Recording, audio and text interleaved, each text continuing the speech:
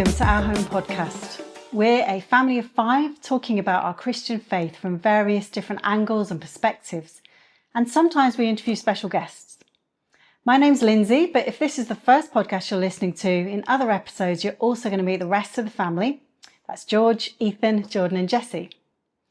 Now today's episode is the first of an Inspiring Lives mini-series. It goes without saying that as a family who try to follow the ways of Jesus, his life is the one that inspires us the most. But there are many other inspiring biblical, historical and modern day characters too that teach us valuable life lessons. Today, I want to talk about what inspires me from the life of Joseph. And what a story this is. Joseph is someone who was promised something by God, and then his life went in the complete opposite direction for the next 13 years. It was actually at least 20 years before the original dreams that Joseph were given came to pass. I wonder if you've ever felt like you were close to a dream becoming reality, only to find yourself in a dark and difficult place. I really resonate with Joseph's story, as I was also given some promises from God almost 12 years ago now, and for the following 11 years it definitely seemed like life was going in the opposite direction. And I can certainly say the same for my eldest son too. So much of life seems to be about waiting. And waiting can be really hard when we don't want to wait. This is especially true for pioneer type personalities who naturally just want to get on with things. You might know some of those.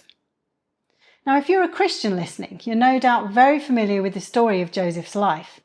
And if you wouldn't describe yourself as a Christian, you may well still have heard of Joseph and his coat of many colours.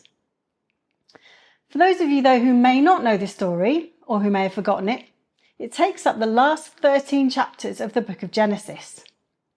Here's basically how it goes. Joseph was one of 11 brothers, and he was the second youngest. Only Benjamin was younger than him in the family. His dad was called Jacob, and his grandfather was Isaac. And his great-granddad was the very famous Abraham, the father of the faith, the father of the Jewish faith. We pick up the story in Genesis chapter 37, when Jacob and his sons were living in the land of Canaan. Now God had already promised to do good to Jacob and to make his descendants like the sand of the sea, and that all families of the earth, God promised, would be blessed through Jacob's offspring. But at this stage, they were just one family with a very big promise from God. And at this point in time, this family didn't know very much about the nature of the God who had given them this promise. God's character was going to be increasingly revealed to them through life experience, very much like the Christian life. The more lived experience we have with God, the better we know him. But back to Joseph. So the story begins with 17-year-old Joseph grassing on his brothers to his dad. Oops. This was not the way to build family relationships. Now they were all tending his father's sheep, and presumably some of them weren't doing a very good job. So Joseph snitches on them when he gets home. At this point, we're also told that Jacob favoured Joseph more than his 10 other sons, or over his 10 other sons. And he'd also made him a special coat of many colours. This has understandably caused a lot of resentment between him and his brothers. And scripture says that his brothers hated him so much they could barely bring themselves to speak to him. Joseph then has 2 dreams. In the first, he and his brothers were each binding sheaves in the field, when suddenly Joseph's sheep rose up above the others, and all his brothers' sheaves bowed down to it. Then in the second dream, the sun, the moon, and 11 stars were all bowing down to Joseph, and that was symbolising his father, his mother, and his 11 brothers all bowing down to him.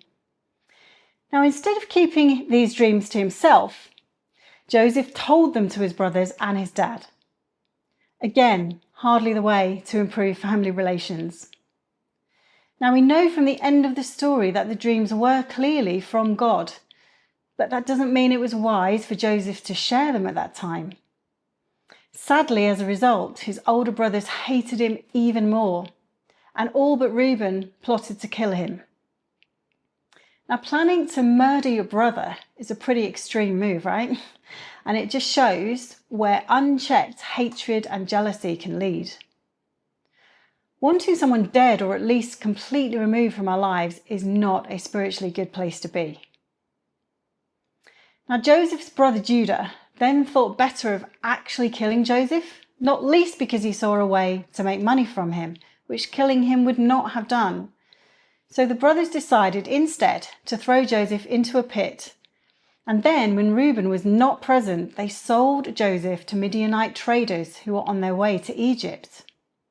The brothers then staged Joseph's death by putting animal blood on his special coat and taking it to their father, who assumed Joseph had been killed by a wild animal. Jacob was devastated by this and was completely inconsolable by the death of his son. In reality, though, Joseph was then sold to an Egyptian official called Potiphar, who was the captain of Pharaoh's guard in Egypt. Now, we're not told how Joseph was feeling having been betrayed by his older brothers, wrenched from his father and youngest brother who dearly loved him, and sold into slavery in a foreign land. But it's safe to say, I think, he was not having a good week. Let's just see what the Bible actually says. So I'm reading from chapter 39 and verses 2 to 6. The Lord was with Joseph, and he became a successful man. He was in the house of his Egyptian master. His master, this is Potiphar, saw that the Lord was with him, and that the Lord caused all that he did to prosper in his hands. So Joseph found favor in his sight and attended him. And Potiphar made him overseer of his house and put him in charge of all that he had. From the time that he made him overseer in his house and over all that he had, the Lord blessed the Egyptian's house for Joseph's sake. The blessing of the Lord was on all that he had in house and field. So he left all that he had in Joseph's charge, and with him there he had no concern for anything but the food that he ate. Amazing. Now, God clearly caused everything that Joseph did to prosper. And there are some key principles from this story, I think, that we can draw from this. Now, 1, God is more than able to bring good from extremely challenging circumstances. No experience in life is wasted experience when we look for God's higher purpose in it. Now, that's really worth pondering, especially if you're having a tough time right now. If so, I'd encourage you to ask God to show you where he is in that and what he is doing in you and others through this. Number 2, it's not so much about whatever the specific thing is that we're doing. It's actually about the fact that God's blessing goes with us wherever we are and whatever we're doing. God always wants to bless us, and he always wants to bless others through us. In fact, he just promised to Jacob, Joseph's father, that all the peoples of the earth would be blessed through Jacob's descendants. This included Jesus, of course, who was a direct descendant. But here in this story, we see this promise just beginning to be fulfilled. This Egyptian official and his whole household, his whole estate, are being blessed by Joseph's God-given organizational skills. And we are blessed so that we can be a blessing to others.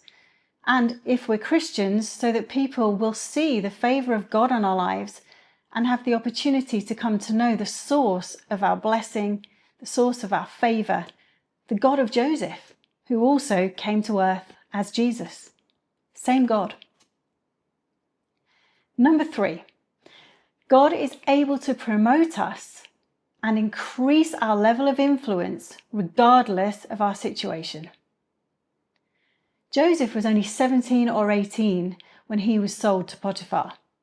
He wouldn't have known how to manage his affairs at first, but as he was diligent to learn and was clearly faithful in the small things, God, through Potiphar, increased his scope of responsibility and authority. Now, when the favour of God is on your life, as it was with Joseph, you will expand the space of influence that's around you. You can't be and won't be contained by man-made boxes. And in time, others will recognise this. They'll recognise who you truly are. I'll say that again, as there may be some people listening who really need to hear this. When the favour of God is upon your life, as it was with Joseph, you will expand the place of influence around you. You won't be contained by man-made boxes, and in time, others will recognise this. Number 4, Joseph had to learn how to serve others well. He needed to be stripped of his youthful arrogance and learn humility, as well as developing his administrative skills in running Potiphar's estate. God was also developing character traits of humble service, faithfulness, wisdom. To be a great leader, Joseph first needed to learn how to become a great follower. That is such an important truth in life. We see it in other characters too, like David, but that's another story. Now, Joseph still had other lessons to learn before he was ready to be in the position God was training him for, so we need to go back to the story to see the next test. The next test was, how was he going to respond to sexual temptation? Now, the Bible tells us that Joseph was a really good-looking man, and Potiphar's wife was relentless in trying to get Joseph to sleep with her. Day after day, he refused. But she got offended by his rebuttal, and she framed him. She grabbed his clothes, told her servants and her husband that it was Joseph who'd actually tried to have sex with her. Now, whether Potiphar really believed this is unclear, but either way, no matter what he may really have thought of Joseph, he certainly couldn't let his wife lose face. So Potiphar had he actually put Joseph in the royal prison. Now just think about this for a moment. Joseph had already suffered the injustice of being put in a pit by his brothers and sold as a slave. And now, falsely accused, innocent though, of any crime whatsoever, he's put in prison. How must he have felt? Facing significant sexual temptation, he'd passed the test of self-control with Potiphar's wife. But now he was ending up in a seemingly far worse predicament. Did he sit in the corner feeling sorry for himself? No, he did not. Verse 21 to 23 of chapter 39 reads like this.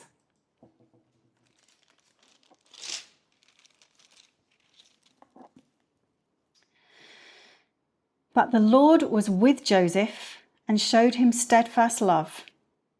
He gave him favour in the sight of the chief jailer.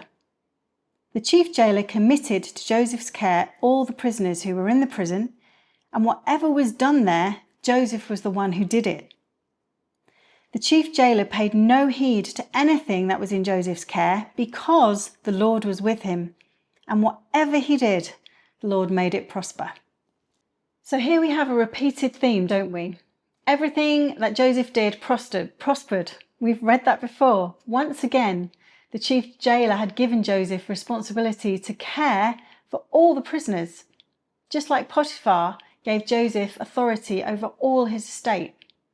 And the chief jailer, just like Potiphar, didn't have to worry about a thing. Such was the level of trust that he had in Joseph, and such was the level of Joseph's reliability and skill. But more importantly than all of that, Joseph was trusted by God himself. Wherever God placed him, Joseph could be trusted by God to care for others and steward all the resources he was given well. Now, after a while, Pharaoh's chief cupbearer and chief baker were put in prison with Joseph. And one night they both had dreams, but they couldn't understand what these dreams meant. So Joseph interpreted their dreams for them. And as Joseph predicted, within 3 days, his interpretations of these dreams came true. Unfortunately, It was curtains for the baker, but restoration to the king's service for the cupbearer. Now, when this happened, Joseph asked the cupbearer to please remember him to Pharaoh, explaining to him that he'd done nothing to warrant him being imprisoned. And the cupbearer would have known this, having spent time with Joseph in jail. Surely it was time for things to start looking up for Joseph at this point. God had just enabled him to interpret dreams. He was in good standing with the king's cupbearer, and surely he would have passed that on to the king. Well, what does the Bible say? The chief cupbearer did not remember Joseph, but forgot him. I wonder, have you ever felt but got forgotten by God? Or at least like he doesn't really seem to care? The Bible says that after 2 whole years after this, 2 more years of Joseph being in prison, probably thinking, what the heck? Pharaoh himself had a dream. I wonder how many times Joseph sat there just wondering when his freedom was going to come. So often God makes us wait when we do not want to wait. He has a higher purpose in these times that we are sometimes aware of and sometimes we're not. Now, whatever it was that God was doing in and through Joseph during those 2 years, it was clearly necessary for what was to come. As for Pharaoh's dream, he dreamed about 7 thin and 7 fat cows. He called all the wise men and magicians to try and interpret this dream for him, but none of them could do it. And only at this point did his chief cupbearer remember Joseph and suggest to Pharaoh that Joseph may be able to interpret his dream for him. So at last, Joseph was summoned from the prison, and he told Pharaoh that his dream represented 7 years of plenty for Egypt, followed by 7 years of famine. He advised Pharaoh to appoint overseers who would take and store 1/5 of the harvest during the 7 years of plenty, so that there would be more than enough during the 7 years of famine.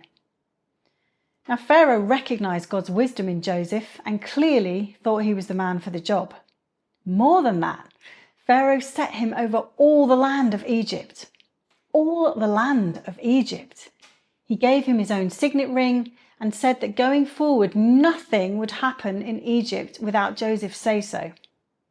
So Pharaoh displayed a truly astounding level of trust in Joseph. Now, Joseph was 30 years old at this point. It had been 13 years since the 2 dreams he had when he was 17.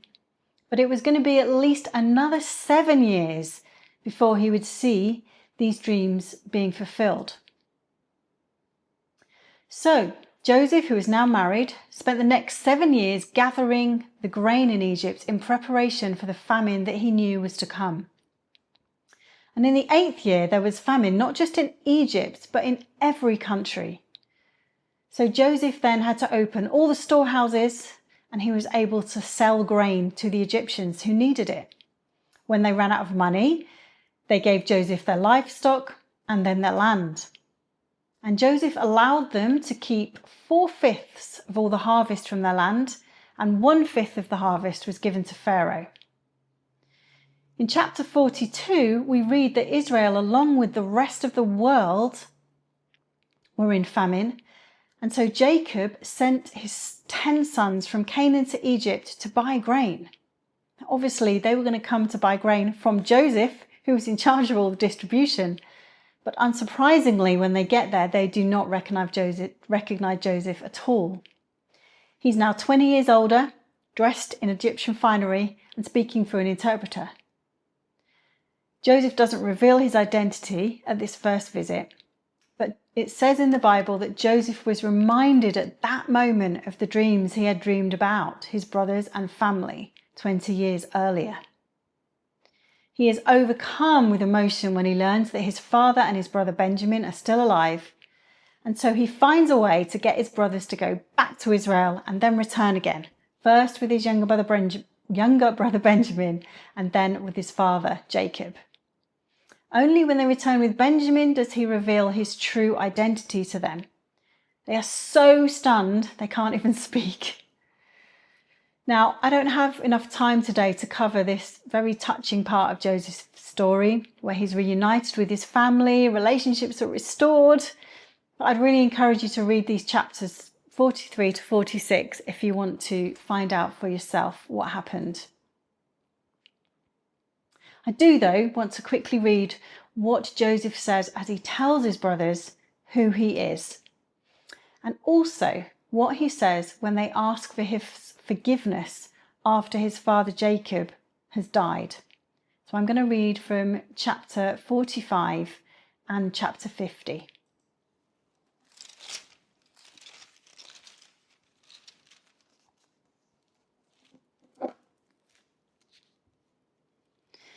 Joseph said to his brothers, "Come closer to me," and they came closer. He said, "I am your brother Joseph, whom you sold into Egypt. And now, do not be distressed or angry with yourselves because you sold me here. For God sent me before you to preserve life. For the famine has been in the land these 2 years, and there are 5 more years in which there will be neither ploughing nor harvest. God sent me before you to preserve for you a remnant on earth and to keep alive for you many survivors. So it was not you who sent me here, but God. He has made me a father to Pharaoh." What a phrase. A father to the Pharaoh of Egypt. What favour. "And Lord of all his house, and ruler over all the land of Egypt." And then in chapter 50, which is the last chapter in the book, when his brothers, who are fearful of what they did, and now that Jacob's died, worried about what might come of that, they approach Joseph and they say, "Our father gave us this instruction before he died." We don't know if he really did or not, but this is what they say. "Say to Joseph, I beg you, forgive the crime of your brothers and the wrong they did in harming you. Now, therefore, please forgive the crime of the servants of the God of your father." Joseph wept when they spoke to him. Then his brothers also wept, fell down before him, and said, "We are here as your slaves." But Joseph said to them, "Do not be afraid. Am I in the place of God? Even though you intended to do harm to me, God intended it for good, in order to preserve a numerous people as he is doing today. So have no fear. I myself will provide for you and your little ones." In this way, he reassured them, speaking kindly to them. Joseph's responses to them are dripping with grace and forgiveness, aren't they? His brothers approached him in fear, but he responded in generosity and in kindness, rejoicing in the greater purposes of God through this whole situation. And even though what his brothers did was utterly wrong, Joseph can see how God used the situation not only to save his family's lives, but the lives of many more people in Israel and the surrounding nations during the 7 years of famine. We're told that all the world came to Joseph in Egypt to buy grain because the famine had become so severe throughout the whole world. This is incredible. This divine insight regarding the future in the first place caused Pharaoh to honour and give free rein to the Spirit of God in Joseph. And that same spirit of wisdom in Joseph gave him the strategy to save millions of lives. This is how the Holy Spirit works. Yesterday, today, and always. The Spirit of God holds divine keys to unlock hearts and bring solutions to seemingly impossible situations. And he's looking for people he can entrust his wisdom to. So, to sum things up, by the time Joseph rose to power in Egypt, he would have been overseeing an estimated 1.5 million people. Joseph's character and skills were developed whilst looking after, a couple of dozen or perhaps up to 100 people when he was managing Potiphar's estate. But almost overnight, Joseph finds himself responsible for ensuring the well-being of 1 or 2 million people. The change in his circumstance was sudden and dramatic. From prison one moment to Pharaoh's right-hand man the next. Incredible. Now, Joseph had learned to keep trusting God during times of deep frustration and pain. His roots in God during those times had grown deeper. They'd grown deeper in the hidden places. They'd grown deeper in places of literal confinement. Then suddenly, bam. We can't control the timing of the breakthrough that we might be looking for, can we? The promotion we might be seeking, the new place of influence that we're hoping for, the longed for change in our circumstances. But we certainly can control how we live during these times of waiting.